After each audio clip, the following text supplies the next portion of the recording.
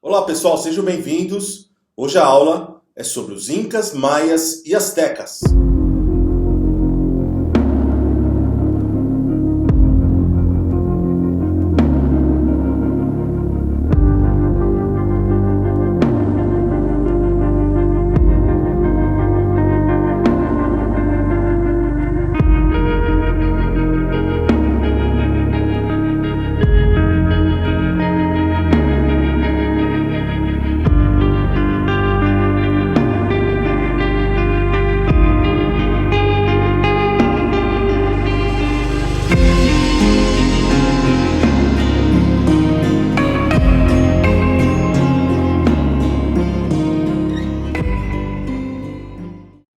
As terras da Mesoamérica foram ocupadas por volta de 10.000 a.C.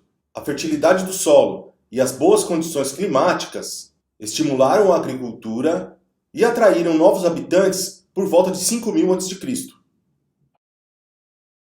Os Olmecas, um dos principais povos que viveram na região, fixaram-se nas áreas litorâneas do Golfo do México desde aproximadamente 1200 a.C.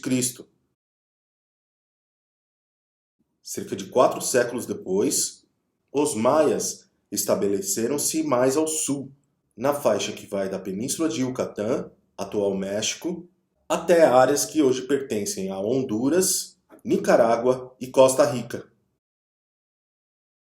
A partir do ano 1000 a.C., iniciou-se um processo acelerado de urbanização. As novas e maiores cidades provocaram um crescimento do comércio e passaram a representar a base da organização social mesoamericana. Elas eram interligadas por estradas pavimentadas e havia circulação regular de comerciantes entre elas. Os núcleos urbanos, situados nas margens dos rios ou do mar, valiam-se também de formas de transporte aquático. A carência de documentos impede uma datação mais precisa, mas acredita-se que os maias assumiram o controle da região por volta do século II d.C.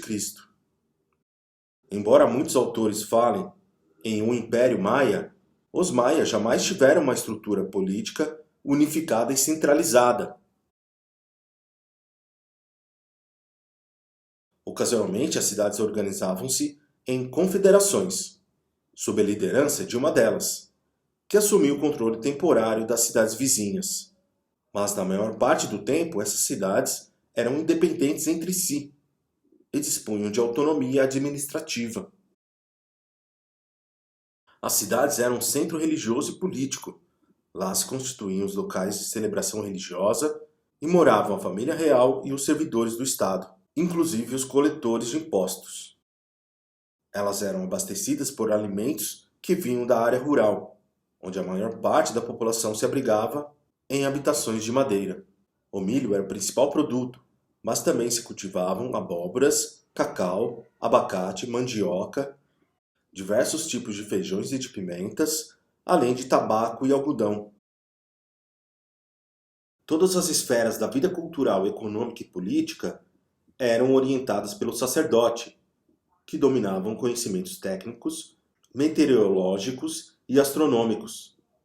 Eles registravam o movimento celeste, conseguiam identificar a passagem de cometas e prever eclipses.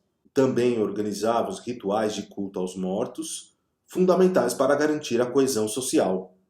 O profundo domínio da matemática levou os maias a criar um sistema numérico vigesimal que incluía o zero. Eles também foram um dos poucos povos nativos americanos a dominar a escrita, por meio de um sistema pictoglífico, que combinava imagens e fonemas. Os mexicas, também conhecidos como astecas, se instalaram no Vale do México por volta do século XIII.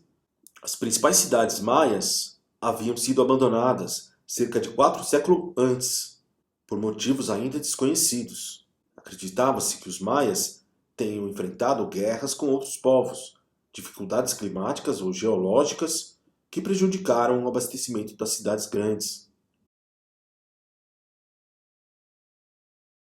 Entre os séculos XIII e XIV, eles submeteram os grupos que habitavam o vale e, no século seguinte, erigiram um grande e forte império que se espalhava por cerca de 200 mil quilômetros quadrados e reunia uma população de mais de 5 milhões de habitantes.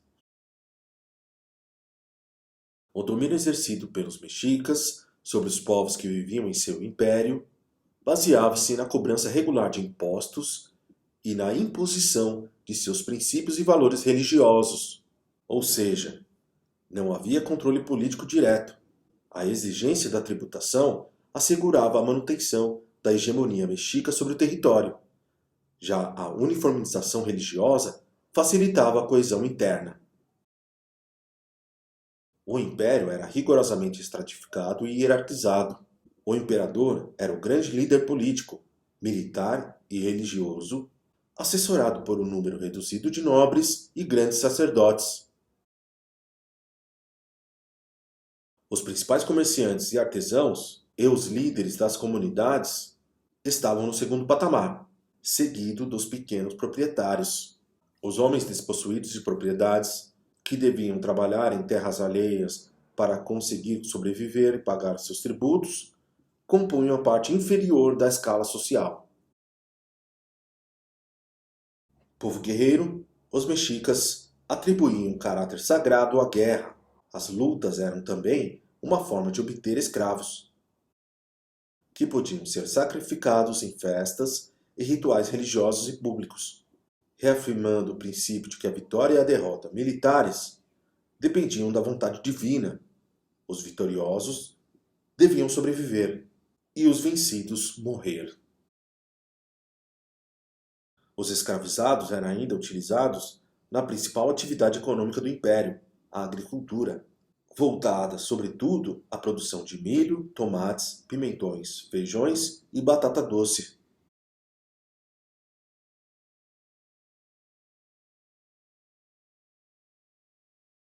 Os Quichua chegaram no Vale do Cusco por volta do século XII e gradualmente expandiram seu domínio político e militar. Obtiveram controle de um território que se estendia por mais de 4.000 quilômetros, do sul do Chile até o oeste da Colômbia, e abrangia áreas dos atuais Argentina, Peru, Bolívia e Equador. Era o que hoje chamamos de Império Inca. Na época, porém, o nome Inca não designava o povo Quichua, nem as terras que eles controlavam. Inca era o título atribuído ao soberano Quichua. Os espanhóis, no momento da conquista, generalizavam o uso do termo. Antes da instalação do Império Inca, a região andina abrigou diversos povos. Os indícios mais antigos sugerem que a ocupação humana na área ocorreu em aproximadamente 2500 a.C., e as primeiras cidades surgiram por volta de 200 a.C. No final do século VII, o povo Huari passou a liderar uma confederação de cidades e, em seguida, um império urbano e militarizado, que durou cerca de 2 séculos e desapareceu por motivos que desconhecemos.